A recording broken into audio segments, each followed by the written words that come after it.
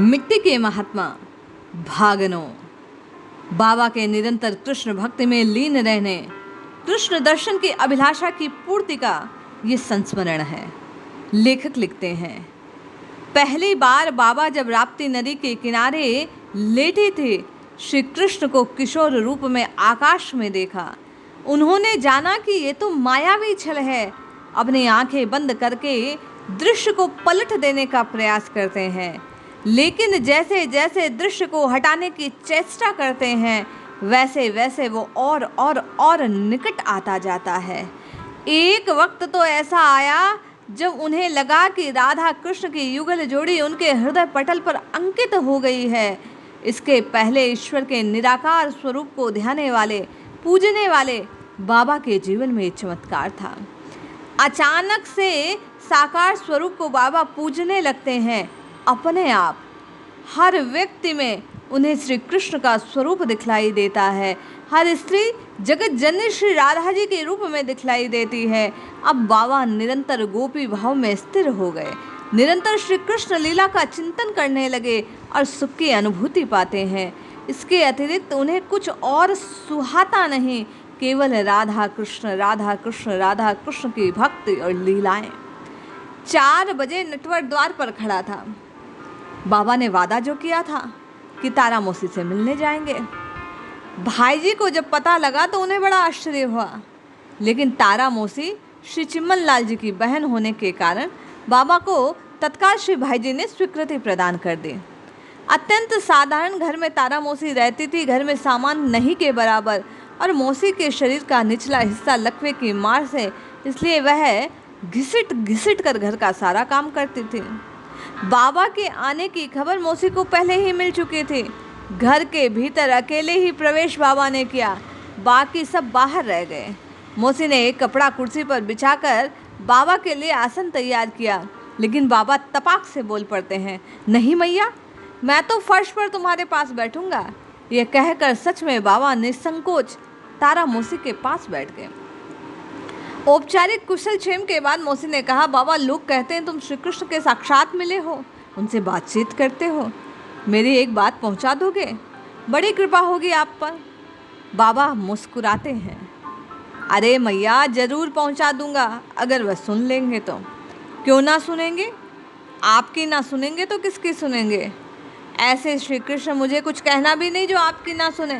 मौसी नाराज होते हुए बोले, लेकिन मैया मैंने सुना है तुम कृष्ण को गाली देती हो बात बात पर। हाँ रोज देती हूँ, बिल्कुल देती हूँ। क्यों? वैसे तो सुनता नहीं मेरी, शायद गाली देने से नाराज होकर जल्दी सुन ले। गुस्से में मौसी बड़बड़ाने लगे। मौसी के भोलेपन ने उनके विश्वास को चुप करा दिया। अब बाबा कुछ ना बोल पड़े। भक्त और भगवान के बीच बोलने की कोई आवश्यकता ना थी।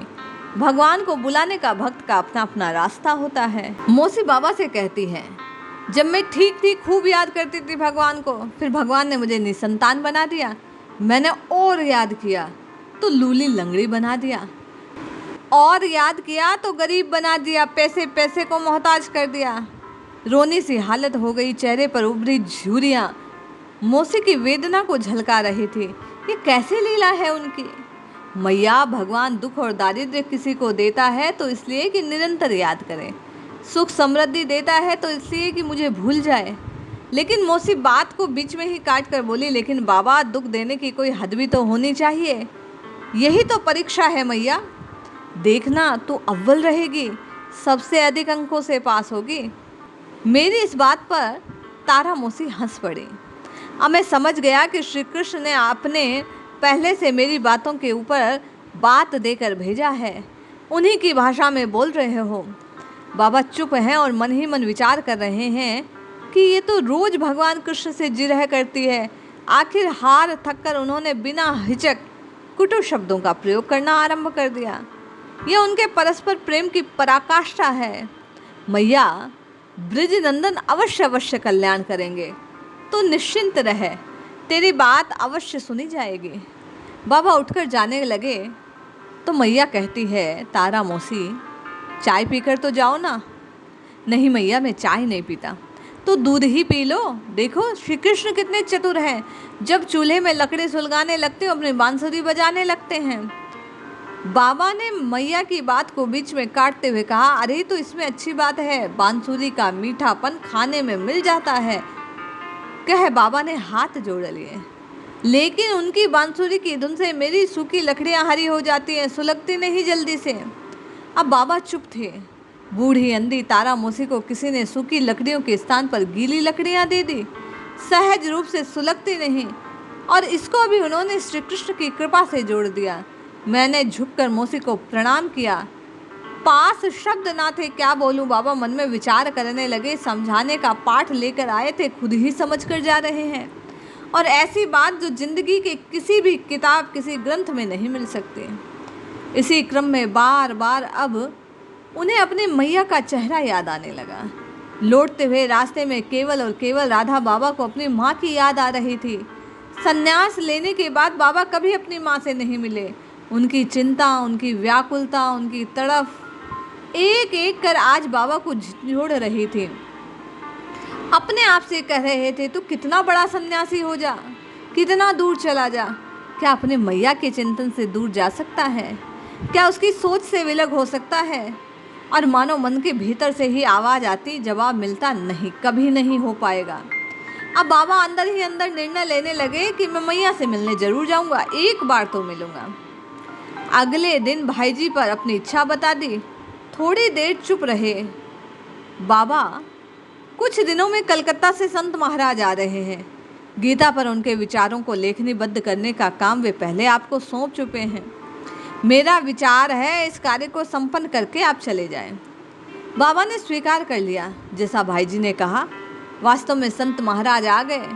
भाई जी, बाबा और कल्याण संपादन विभाग के कुछ विद्वान प्रत्येक शाम बैठक करते, संत महाराज के विचारों पर एकमत होने का प्रयास करते, निर्णय लिया जाता, और उसी के अनुरूप बाबा रात को, अगले दिन सुबह, दोपहर तक जब समय मिलता कागजों पर उन बातों को उकेर देते। दिन, हफ्ते, महीने कब गुजर गए पता नहीं। पुस्तक करीब होने वाली थी। संत महाराज भी फिर से कलकत्ता जा चुके थे। बाबा ने पुस्तक को एक बार विवेचनात्मक दृष्टिकोण से देखा और फिर उचित जहाँ लगा सुधार किया और कार्य संपन्न हो गया ऐसा कहकर भाई जी को वह पुस्तक सौंप दी। अब भाई जी अंतिम रूप से संपादक की दृष्टि से उसका विवेचन करने वाले थे।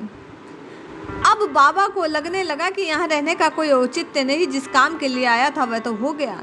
अब यहाँ रुककर भाई जी पर अतिरिक्त बोझ बनना कोई अच्छी बात नहीं। संन्यास लेने के बाद भविष्य के बारे में जब भी बाबा ने सोचा, गिरिराज पर्वत की शरण में रहकर बाकी जीवन बिताने का संकल्प करते थे। वृंदावन जब जब बाबा को गए बड़े आनंद आया। शुद्ध सात्विक विचार वातावरण बाबा के मन को भाया। अब बाबा ने लगा कि वह घड़ी आ गई है जब वृंदावन में बस जाना चाहिए। बाबा ने अपनी बात भाई जी से कही।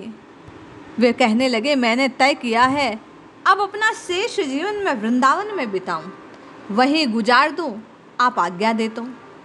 भाई जी चुप रहे। कुछ उत्तर शायद पत्रों के लिखने में व्यस्त थे, जैसे उन्होंने बाबा की बात को सुना ही नहीं ऐसा अभिनय कर रहे थे, और उन्हें लगा कि कदाचित वे अपनी बात पुनः दोहराएं। भाई जी के मन ही मन की बात को ताड़ना बाबा को आ गया था। वे चुप रहे और थोड़ी देर बाद उन्होंने स्वयं बाबा से कहा। भाई जी कहते हैं, जब आपने ठान ही लिया तो भला रोकने वाला मैं कौन होता हूँ। हाँ, अगर आप किसी बात से नाराज होकर जाना चाह रहे हैं तो समाधान किया जा सकता है। बाबा कहने लगे, नाराज होने की तो कोई बात ही नहीं है। तो फिर क्या बात है वह बता दीजिए। बाबा कहते हैं, मुझे लगता है आप पर पहले से कई जिम्मेदारियां हैं, तिस पर मेरी व्यवस्था का बोझ। अच्छा, आप बोझ की बात कर रहे हैं, इसका मतलब आपको मेरी सामर्थ्य पर शंका है। नहीं नहीं, बाबा कहने लगे, ऐसी कोई बात नहीं है। आप मुझ पर बोझ है या नहीं, संबल है, ये सोचने का काम तो मेरा है। भला आप इसका भार क्यों ले रहे हैं। अब भाई जी की बात को सुनकर बाबा एकदम चुप रह गए। उनके तर्कश में कोई तीर बचा नहीं था। पुनः बाबा कह उठे, वास्तव में मेरा मन गिरिराज पर्वत की शरण में रहने का है। भाई जी ने आंखें बंद की, तकिए के सहारे लेट गए और कुछ देर ऐसे ही निश्चल पड़े रहे। अच्छा, इसका समाधान भी खोजते हैं। आप थोड़ा समय तो दीजिए। भाई जी से ये जवाब मिलने के बाद बात वहीं खत्म हो गई। ऐसा सोचकर बाबा कुटिया में आकर आंखें बंद कर समाधिस्थ हो गए। थोड़ी देर बाद अचानक कुटिया में दिव्य प्रकाश श्री कृष्ण अपने चित्र से जैसे बाहर साक्षात प्रकट हो गए हों। तू वृंदावन जाना चाहता है? हाँ, क्योंकि वह आपकी लीला स्थली है। और यहाँ ये तो भाई जी की लीला स्थली है ना। अच्छा, भाई जी क्या है तेरी मान्यता में? अच्छा, भाई जी तो एक सिद्ध संत हैं। मानो श्री कृष्ण पुनः प्रश्न करते हैं बाबा से कि सिद्ध संत किस कोटि के, कौन होते हैं? बाबा कहने लगे, जिसका मन, बुद्धि, चित्त, अहंकार सब भगवत स्वरूप हो गया हो, जिसकी प्रत्येक लीला लीला स्थली बन गई हो। तो फिर वृंदावन और यहाँ क्या अंतर रह गया? श्री कृष्ण ने बाबा से प्रश्न किया। बाबा निरुत्तर। कुछ सोचकर फिर बोलते, मेरा गिरिराज तलहटी में रहने का संकल्प है। यह विकल्प से भी तो पूरा हो सकता है। मानो ऐसा कहकर भगवान कृष्ण का वह दिव्य प्रकाश विलीन हो गया। बाबा आंखें खोलकर देखे तो अकेले बैठे थे, कोई नहीं। मैं श्री कृष्ण के आदेश को समझने की बाबा मन ही मन चेष्टा करने लगे। सोचने लगे, भाई जी से बात करूं, स्वयं उत्तर ना पा सके। मानो कृष्ण के माध्यम से भाई जी समझा रहे हों। बाबा तत्काल प्रभाव से वहां से उठे और भाई जी के कक्ष में जा पहुंचे। भाई जी कुछ लोगों से घिरे हुए थे। बाबा को आता देख मुस्कुरा गए, जैसे जानते हों कि बाबा आने वाले हैं। कहिए, अब क्या आज्ञा है? बाबा हाथ जोड़कर भाई जी के सामने खड़े थे। अब मैं आपको छोड़कर कहीं जाना नहीं चाहता हूँ, कहीं नहीं जाऊँगा। भाई जी से बाबा इस प्रकार बालक के स्वरूप में कहने लगे। भाई जी हंसे। आसपास के लोगों के चेहरे भी चमक उठे। और हम जाने भी नहीं देंगे। आपके लिए गिरिराज की स्थापना यहीं की जाएगी। यही निर्णय अभी अभी हम सब ने लिया है। मानो बाबा की प्रसन्नता का ठिकाना नहीं। श्री कृष्ण बड़े विचित्र, उनकी लीला तो उनसे भी विचित्र, कहना ही क्या। आप तो विश्राम करो, दूसरा विचार मन में ना लाओ। मानो भाई जी ने बाबा को आदेश दे दिया। बाबा पुनः अपनी कुटिया में आ गए। इस प्रकार भाई जी के सानिध्य में भगवान कृष्ण की प्रेरणा से बाबा अब वृंदावन जाने की हट छोड़ वहीं गीता वाटिका में बस गए।